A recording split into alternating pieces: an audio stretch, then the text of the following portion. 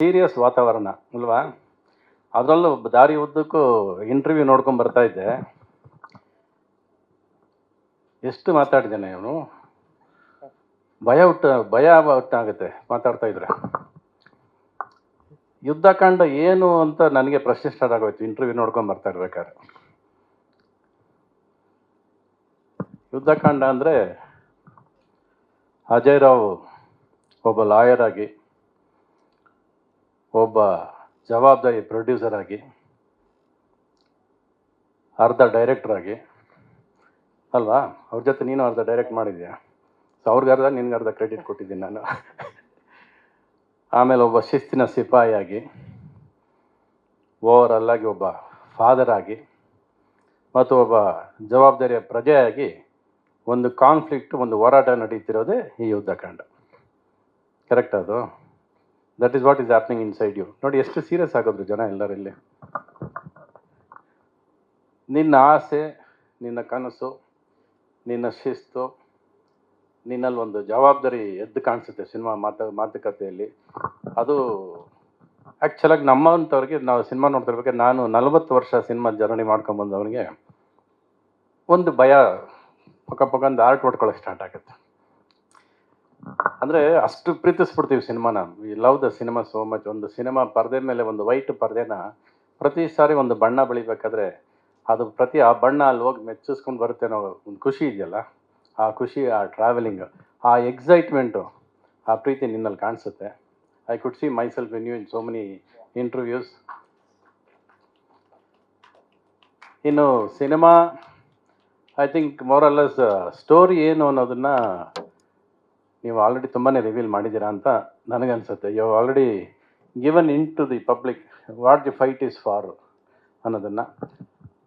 ಆಮೇಲೆ ನೀನೊಂದು ಪಾತ್ರವಾಗಿ ಲಾಯರಾಗಿ ಕಾಣಿಸ್ಕೊಳ್ಳೋದ್ರಲ್ಲಿ ನಿನ್ನ ಪರ್ಫಾರ್ಮೆನ್ಸ್ ಮೇಲೆ ಎರಡನೇ ಡೌಟ್ ಇಲ್ಲ.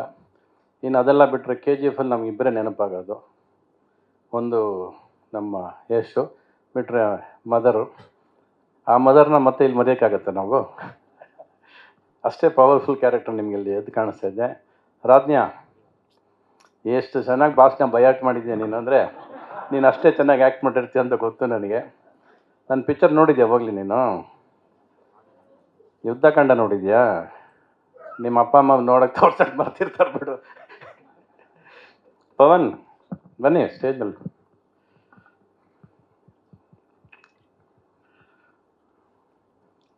ಪವನ್ ಸಾಕು, ಆ ಬಟ್ಟು ಬೇಡ, ಈ ಬಟ್ಟು ಬೇಡ, ಆ ಬಟ್ಟು ಬೇಡ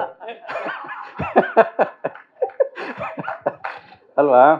ಈ ಬಟ್ಟೆ ಬೇಡ, ಅದು ಬಟ್ಟದು ಇನ್ಕಂಪ್ಲೀಟ್ ಸೆಂಟೆನ್ಸ್ ಅದು. So only Pavan. ನಾನೇ ಬದಲಾಯಿಸ್ಬಿಡ್ತೀನಿ ನಿಮ್ಮ ಹೆಸರು. ಒಟ್ನಲ್ಲಿ I could see the honesty. ಒಂದು ಸಿನಿಮಾ ಮಾಡಬೇಕಾದ್ರೆ ಪ್ರತಿಯೊಬ್ಬರಲ್ಲೂ ಒಂದು ಉತ್ಸಾಹ ಇರುತ್ತೆ, ಸಿನಿಮಾ ಹಂಗೆ ಮಾಡಬೇಕು, ಹಿಂಗೆ ಮಾಡಬೇಕು ಅಂತ. ಅದ್ರ ಸಮೇತ ಸೇರ್ಕೊಂಡಿರೋದು ಇವ್ರದ್ದೊಂದು ಉದ್ದೇಶ, ಒಂದು ಒಳ್ಳೆಯ ಉದ್ದೇಶ ಕೊಡಬೇಕು. And that should reach the public with one good message ಏನೋ ಪಾಸ್ ಮಾಡಬೇಕು ಅನ್ನೋದು ಇವ್ರ ಆಸೆ ಎದ್ದು ಕಾಣಿಸ್ತಾ ಇದೆ. ಪ್ಲಸ್ ಅವ್ರ ಮಾತುಗಳಲ್ಲಿ, ಇವ್ರು ಮಾತಾಡಿದಲ್ಲಿ ಎಲ್ಲೂ ತೊದಲಿಲ್ಲ ಅವರು. ತೊದಲಿದ್ರೆ ಏನು ಅಂದರೆ ಅವ್ರಿಗೆ ಇನ್ನೂ ಎಲ್ಲೋ ಕನ್ಫ್ಯೂಷನ್ ಇದೆ ಅಂತ. ಯಾವಾಗ ತೊದಲಿಲ್ವೋ ಅಷ್ಟೇ ಕಾನ್ಫಿಡೆಂಟಾಗಿ ಅವ್ರಿಗೆ ಏನು ಬೇಕೋ ಅದು ಎಷ್ಟು ಚೆನ್ನಾಗಿ ಹೇಳಬೇಕು ಅನ್ನೋದನ್ನು ಸಿನಿಮಾದಲ್ಲಿ ಹೇಳಿರ್ತಾರೆ ಅನ್ನೋದ್ರ ಮೇಲೆ ಎರಡನೇ ಡೌಟ್ ಇಲ್ಲ ನನಗೆ. ಸಿನಿಮಾ ಕಾಣಿಸ್ತಾ ಇದೆ, ಒಂದು ಎಮೋಷ್ನಲ್ ಸಿನಿಮಾ ಕಣ್ಮುಂದೆ ಕಾಣಿಸ್ತಾ ಇದೆ ನನಗೆ. I can see the weightage of the product. ಇನ್ನೊಂದು ನೀವು ತುಂಬ ಚೆನ್ನಾಗಿ ಮಾಡಿರೋದು ಸಿನಿಮಾದಲ್ಲಿ, ಇವರು ಈ ಜನ್ರೇಷನ್ ಲಾಯರ್ ಭರತ್, ಅಂದರೆ ಬ್ಲ್ಯಾಕ್ ಏರ್ಸು, ಮಿಲಿಟ್ರಿ ಆಫೀಸರ್ ಥರ ಕಾಣಿಸ್ತಾರೆ ನನಗೆ. ಇವ್ರ ಜೊತೆ ಪ್ರಕಾಶ್ ಬಲ್ವಾಡಿ ಅವರು ಗ್ರೇ ಏರ್ ಕೊಟ್ಟಿರೋದು, ಅಂದರೆ ಆ ಜನ್ರೇಷನ್ ಅಂತ ಕಾಣಿಸುತ್ತೆ. ಅದ್ರ ಮಧ್ಯೆ ಅಚ್ಚುಕಟ್ಟಾಗಿ ಕೂರಿಸಿರೋ ಈ ಜಡ್ಜ್ನ, ಅವ್ರು ನಿಜವಾಗ್ಲೂ ಜಡ್ಜೆ ಅವರು. ಅಂದರೆ ಅಷ್ಟು ಮೆಚ್ಯೂರಿಟಿ ಇದೆ, ಸೀನಿಯರಿಟಿ ಇದೆ.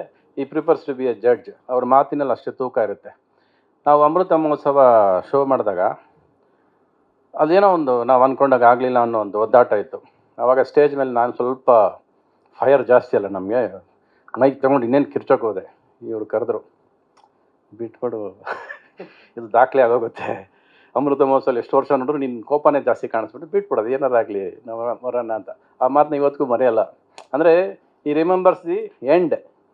ಒಂದಷ್ಟು ವರ್ಷ ಆದಮೇಲೆ ನೋಡಿದಾಗ ಅದು ಚೆನ್ನಾಗಿ ಕಾಣಿಸಲ್ವೇನೋ, ಯಾಕೆ ಬೇಕು ಬಿಟ್ಟಾಕ್ಬಿಡು, let the pain be with us ಅಂತ. ಸೊ ಒಂದು ಸ್ಟೋರಿ ಏನಂದರೆ ಯಾವತ್ತು ಪೇಯ್ನ ಮುಳುಗ್ಬಿಡ್ಬೇಕು ನಾವು, just show the part of life ಅಂತ. ಒಂದು ನಿಮ್ಮನ್ನೆಲ್ಲ ನೋಡಿದ್ರೆ ತುಂಬ ಸೀರಿಯಸ್ ಆಗಿದ್ರಿ, ನನಗೂ ತಮಾಷೆ ಮಾಡೋಕೆ ಆಗ್ತಿಲ್ಲ ಇವತ್ತು. ಇವ್ರು ದಾರಿ ಓದಕ್ಕೆ ಇಂಟರ್ವ್ಯೂ ನೋಡ್ಕೊಂಡು ಬಂದ್ಬಿಟ್ಟು ತಮಾಷೆ ಎಲ್ಲಿ ಮಾಡಲಿ ನಾನು, ಅಲ್ವಾ? ಸಾಲ ಮಾಡಿದ್ದೀನಿ ನಾನು, ಸಾಲ ಮಾಡಿದ್ದೀನಿ ಅಂದ ತಕ್ಷಣ ನನ್ನ ಸಾಲ ಎಲ್ಲ ನೆನಪಾಗ್ಬಿಟ್ಟು ನಾನು ಹಿಂಗೆಲ್ಲ ಲೆಕ್ಕ ಹಾಕೊಂಡು ಕೂತಿದ್ದೆ ನಾನು. ಸಾಲ ಮಾಡೋಕ್ಕೆ ತಾಕತ್ ಬೇಕು ಅಂತ, ಅಯ್ಯೋ ನನಗೆ ಸಾಲ ತೀರ್ಸಕ್ಕೆ ತಾಕತ್ ಬೇಕು. ಇಷ್ಟೊಂದು ಸೀರಿಯಸ್ ಆಗಿ ಒಂದು ಸಿನಿಮಾ ಮಾಡಬೇಕಾ, ಇಷ್ಟೊಂದು ಬೇಕಾ ಅನ್ನೋದು. ಪ್ರತಿ ದಿವಸ ನಾವು ಸಿನಿಮಾ ಮಾಡ್ತಾನೆ ಇದ್ದೀವಿ, ಸಾಲದಲ್ಲೇ ಬದುಕಿದ್ದೀವಿ, ಸಾಲದಲ್ಲೇ ಹೋರಾಡ್ತಿದ್ದೀವಿ. ಬಟ್ ಇವ್ನು ಯಾಕೆ ಬೇಕು, ಇಷ್ಟೊಂದು ಯಾಕೆ ಬೇಕು? ಓಕೆ, ಅದು ಅವ್ರ ಕಾನ್ಫಿಡೆನ್ಸು. ಸಾಲ ಮಾಡೋದಲ್ಲ ತಾಕತ್ತು, ಸಾಲ ತೀರ್ಸೋ ತಾಕತ್ತು ಕೊಡ್ಬೇಕು ಇವಾಗ ನಿನಗೆ. ಸೊ ಆ ಸಾಲ ತೀರಿಸು, ಮತ್ತೆ ಸಾಲ ಮಾಡ್ತೀನಿ ಅಂತ ಹೇಳು ಬೇಡ ಎಲ್ಲೋ. ಅಷ್ಟು ದುಡ್ಡು ಸಂಪಾದನೆ ಮಾಡ್ಕೊ, ಅಷ್ಟು ದುಡ್ಡು ಸಂಪಾದನೆ. Why struggle your life? ಯಾಕಂದರೆ ಕೋಟಿಗಟ್ಟಲೆ ಸಿನಿಮಾ ಮಾಡ್ಕೊಂಬಂದಾಗ ನಮ್ಮಪ್ಪ ದುಡ್ಡು ಹಾಕ್ತಿದ್ರು. ನನಗೆ ಆ ದುಡ್ಡಿನ ಬೆಲೆನೇ ಗೊತ್ತಿರಲಿಲ್ಲ, ಕೊನೆವರೆಗೂ ಗೊತ್ತಿಲ್ಲ. ಇವತ್ತು ದುಡ್ಡಿನ ಬೆಲೆ ಗೊತ್ತಿಲ್ಲ ನನಗೆ. ಹಂಗೆ ಬೆಳ್ಕೊಂಬಂದೆ. ನನಗೆ 100 ಟ್ಯಾಂಕ್ ನೀರು ಬೇಕು, ನನಗೆ 100 ಜನ ಡ್ಯಾನ್ಸರ್ಸ್ ಬೇಕು. ನಮ್ಮಪ್ಪ ಅದು ಎಲ್ಲಿಂದ ತರ್ತಿದ್ರು, ಹೆಂಗೆ ಮಾಡ್ತಿದ್ರು ಏನೂ ಗೊತ್ತಿಲ್ಲ. ಏನೋ ಮಗ ಕನಸು ಕಾಣ್ತಿದ್ದಾನೆ, ಅವನ ಆಸೆ, ಅವ್ನಿಗೇನು ಬೇಕು ಕೊಡ್ರೋ, ಇಷ್ಟೇ. ಅದರಿಂದ ಎಷ್ಟು ಸಾಲ ಮಾಡ್ತಿದ್ದಾರೆ, ಅವ್ರು ಎಷ್ಟು ಕಷ್ಟಪಡ್ತಿದ್ದಾರೆ ನನಗಂತೂ ಗೊತ್ತಿರಲಿಲ್ಲ. ಬಟ್ ದ ಡೇ ಕೇಮ್, ಪ್ರತಿ ಪೈಸಾಗೂ ಗೊತ್ತಾಯಿತು ನನಗೆ. ನನ್ನ ಜೇಬು ಖಾಲಿ ಆದಾಗ, ಅರೆ ಇವಾಗ ದುಡ್ಡಿಲ್ವಲ್ಲ. ಎಷ್ಟೇ ದುಡ್ಡು ಇಲ್ಲದೆ ಹೋದರೂ ಕೂಡ ಸಿನಿಮಾ ಮಾಡೋ ಹುಚ್ಚಂತೂ ನಮ್ಮನ್ನು ಬಿಡಲ್ವಲ್ಲ. ಸೊ ಇರೋ ದುಡ್ಡಲ್ಲೇ ಸಿನಿಮಾ ಮಾಡಬೇಕು ಅನ್ನೋದು ಕನಸು ಕಂಡಕ್ಕೆ ಸ್ಟಾರ್ಟ್ ಮಾಡಿದ್ದು ನಾನು. ಅಂದರೆ ದುಡ್ಡಿಲ್ಲ, but make money in what you have. ನಾಳೆ ಬೆಳಗ್ಗೆ ನಮ್ಮ ಹತ್ರ ದುಡ್ಡಿಲ್ಲ ಅಂದರೆ ಅಷ್ಟರಲ್ಲೇ ಸಿನಿಮಾ ಮಾಡೋದನ್ನು ಕಲಿಬೇಕು. Because spending money is not important, content is important. What ನಮ್ಮ ಜನಕ್ಕೆ ಏನು ತಲುಪಿಸ್ತೀವಿ, ನಮ್ಮ ಎಮೋಷನ್ ಏನು ರೀಚ್ ಆಗುತ್ತೆ, ಅವ್ರಿಗೆ ಎಷ್ಟು ಮನಸ್ಸು ಹಿಂಡ್ತೀವಿ, ಅದು ತುಂಬ ಇಂಪಾರ್ಟೆಂಟು.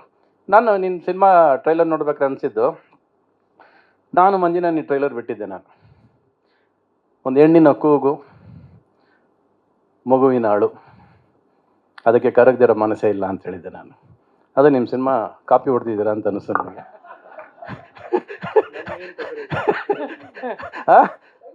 ಟೈಟ್ಲ್ ಅಲ್ಲಿಂದ ಕಾಪಿ ಹೊಡೆದಿದ್ದೀರ ಅನ್ನಿಸ್ತು ನನಗೆ.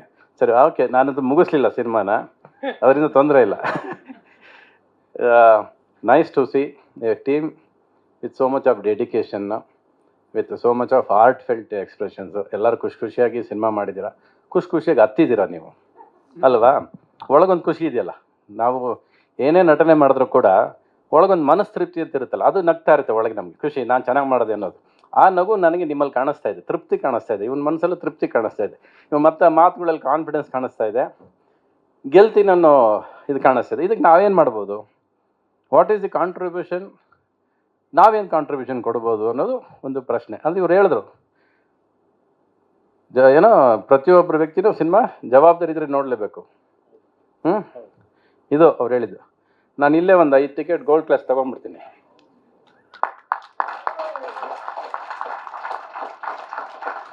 ಓಕೆ,